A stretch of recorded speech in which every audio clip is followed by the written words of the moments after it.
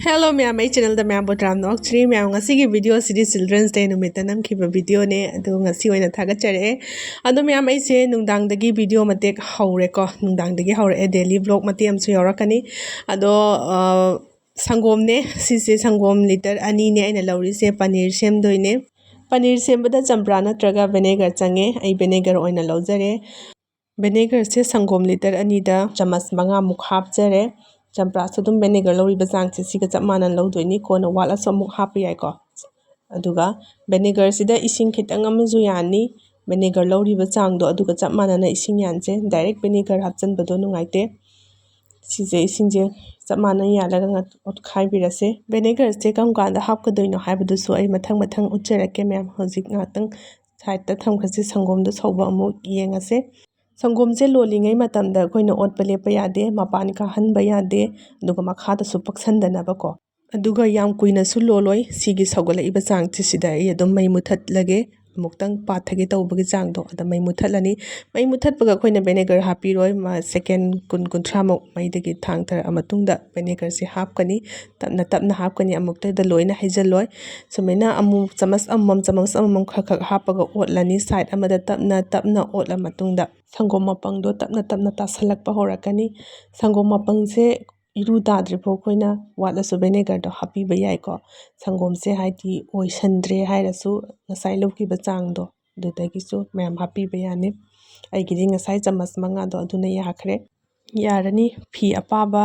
afaba sengaba amta muk chithoa se ko mai se phajana chithoa sakhina ba pot arumba ma natraga nalda yala thambi se ai din naldang pung ani ahum yala matungda arumba na muk nallaga thamamdoini ai je nungdang da sembane ayuki oina ba ko aduna phajana oisale ko nungdang kin oiragana ayukta sembiba ayuki oiragana nungdang da sembiba yamdrabada pung 10 mukti phajana thambiba ko adudi phajana oisale ba paneer se duga sina nongalapagi angang tiffin sembagi video mate am hapsrake sise tomato sauce koi normal lakpadune sida pizza sauce yam laina semba yai ko oregano lairadi aise oregano hape aduga morok powder ki mahutta chili flakes to lairadi happy ba yai ai laitabai morok powder oina mahut sille aduga bread sida pizza yamna laina sembake ko sumaina chabasu dum pizza gi mahaudi phangbane ba ko yumda kabak aduga angang singjina ngasidi children's day ni mama tan sabji tawgano atopa khara yamna hauba junk food oiba piyo hai aduna si oin tawre ngasidi chau ho hai bane chau du khara yam nungai traba ko pukhali da do si oin tawbire ada sisida dum pizza gi step to cheese hapirani tilo khamen asinbi capsicum moi om sidang hapani ko tai di haparoge school jalam dai dai janupa na kai hai khangbra ngasidi khoigi marji tawgadame children's day ni fi ga je mai apamba set kani ne school da ngasidi school uniform selhande ba ko moi apamba ne sela jakri je aduga kanamtana phuba chaiba kanam yaro ena ga tawramine aduga halakanda surprise thamamo surprise pame kain tawramine ko andaisu surprise andi tawbirage na khale ko aidi kai oini adum thong thakpagi ahawbado in tawrage manasu moi janupina soira me mamadi a thongbado iramgane kaim tawroi ena haira moi ani hainaraga chatkrine ba kangra atopa surprise kam thama moi mamana ne enchang ahawbu thongamgadaba ngaire ye moi ni hena khange ba ko mamana kai tawramgani papana kai tawramgani habse adure me amai gi se pizza mala ba yengo loisale ko loin suna hape aduga sise adum tawada thamkidoini ko tawada mai leitharaga makhum khumjalaga cheese te mozzarella cheese makti oidramina khoi hekta pizza gi mawong dudi oide bako adoisu dum pizza gi mahaw phange hawe angang ne yam pame tiffin da mama khara yam purak pa yadra na imana bising na hai ko nongalaga tiffin hawbudu su si amuk hawale aduga mama na bigi pudoini na extra ma am pura jakrini amu aduga moigi tiffin puba matandane dry fruit natraga sigi hai amamdi pudaba sunya yaite hai pura di yare ko hai pudradi dry fruit hadi kaju badam gomba sise school ki moigi rule neba hai pudaba sunya mak yade tiffin da ada sise na pungton sida thung khara jaisanbire morok khara amju jaisanbire sijo moi me amunaraga sai hawe adiga chat masala kitang amju jaisanlega aduga pikre da sisna horen sumaina chaba nungaina bako khutaina ba siam ja pire loire ichanu pidi pung 6 makhai dadringe da thoe ko aduga ichanu pana pung 9 dane aduga ije kitchen budi dum sengkhre dum angang school bus ngaina kitchen di loi thokre aduga yum bedroom kai amuk singdok pa hore ine angang singje moina nong phadok children's day lakpa jamoi je demand je makhan nin tawje moi gi wakhan da leyeba atei day makhai di yamna dum dam da celebrate tawi aduga moi gi children's day di tawbi de gaina adagi moi gi children's day numit chida su school gi inspection lae na ekta sauraga ne lai je chanupi ne inspection je children's day da kai gi no lai je moina kaino da teachers day da lakpa yadra angang children's day da lae na saw gi bichi chanupi ne school halaga yung kay su sit cheng ba loy sale aduga ngasi je aina moi lakpada kitang harau na ba na ko happy children's day haina kaino sem ge na tawrine adudo myam nong phadok su angang sing ji ko akoina nungsi haibudi loina khangi ngak tani moina su aina su akoina su ba moi de express tok thok pasi wat le ba mama pa oi ba khoi se adu chaigan ba phugan ba se si da ne ba mon mindset da leiri se ngasi je kitang harau halage na ise jugar tore ko haidi dukan ju yam nakna leiba mafam natabani na ko somaina hekta tawsalle Mangasi kay daw pudi ai kay praiba sweet email na email yang gina kem na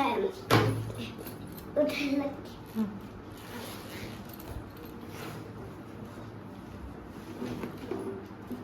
wow hang sarak tro charak tame na yung chatla chawai kay ginawa pira ito ngasi and children's day will be kariyo aduga kari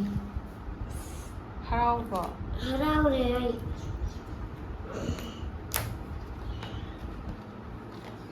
wow fruity wow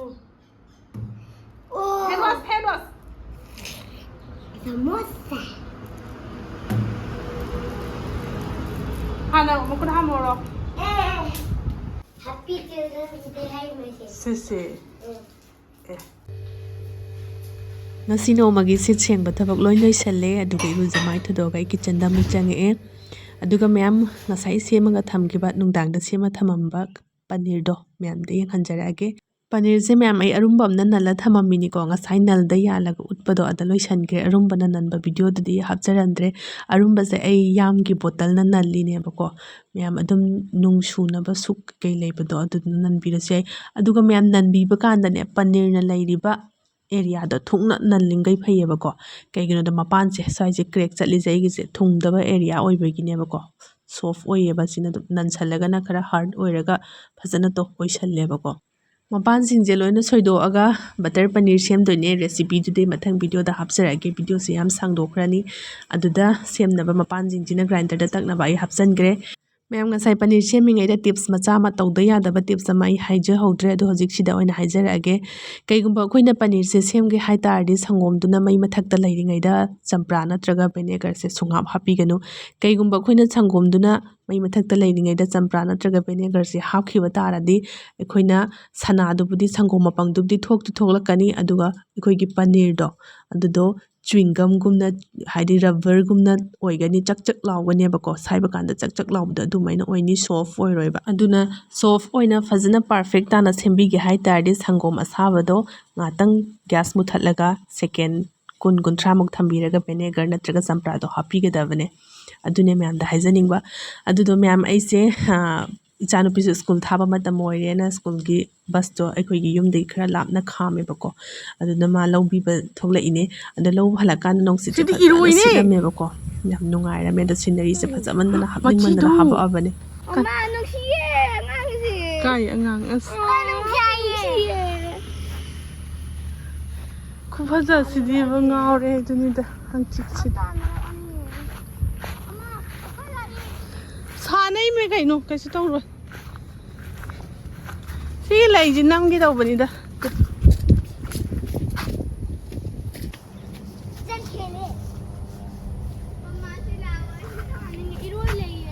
kai de kai sana gya mo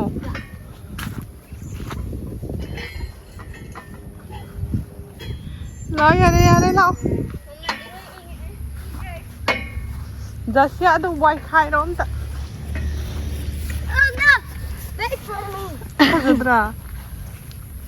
Sinju maroi cha khuchaw du oh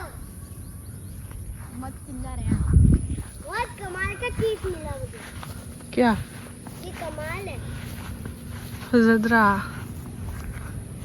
Santhi फजबरा bye bye ꯏꯆꯥꯅꯨꯄꯤꯁꯨ ꯍꯜꯂꯛꯑꯦ ꯃꯣꯏ ꯑꯅꯤꯒꯤ children's ꯗꯦꯒꯤ ꯉꯁꯤꯒꯤ ꯌꯦꯟꯁꯥꯡꯁꯤ ꯑꯣꯏꯅ ꯇꯧꯕꯤꯔꯦ butter ꯄꯅꯤꯔ ꯑꯃꯒ chicken ꯐ꯭ꯔꯥꯏꯒ ꯃꯣꯏ ꯑꯅꯤꯁꯨ ꯌꯥꯝ ꯍꯥꯎꯅ ꯆꯥꯈ꯭ꯔꯦ ꯔꯦꯁꯤꯄꯤꯗꯤ ꯃꯌꯥꯝ ꯃꯊꯪ ꯚꯤꯗꯤꯑꯣꯗ ꯑꯣꯏꯅ ꯍꯥꯞꯆꯔꯛꯑꯒꯦ ꯚꯤꯗꯤꯑꯣꯁꯦ ꯂꯣꯏꯁꯤꯜꯂꯛꯄꯗ ꯃꯌꯥꯝ ꯂꯥꯏꯛ ꯁꯦꯌꯔ ꯁꯕꯁꯀ꯭ꯔꯥꯏꯕ ꯃꯆꯥ ꯑꯃꯗꯪ ꯇꯧꯕꯤꯔꯝꯃꯣ ꯉꯁꯤꯒꯤ ꯑꯣꯏꯅꯗꯤ ꯕꯥꯏ ꯕꯥꯏ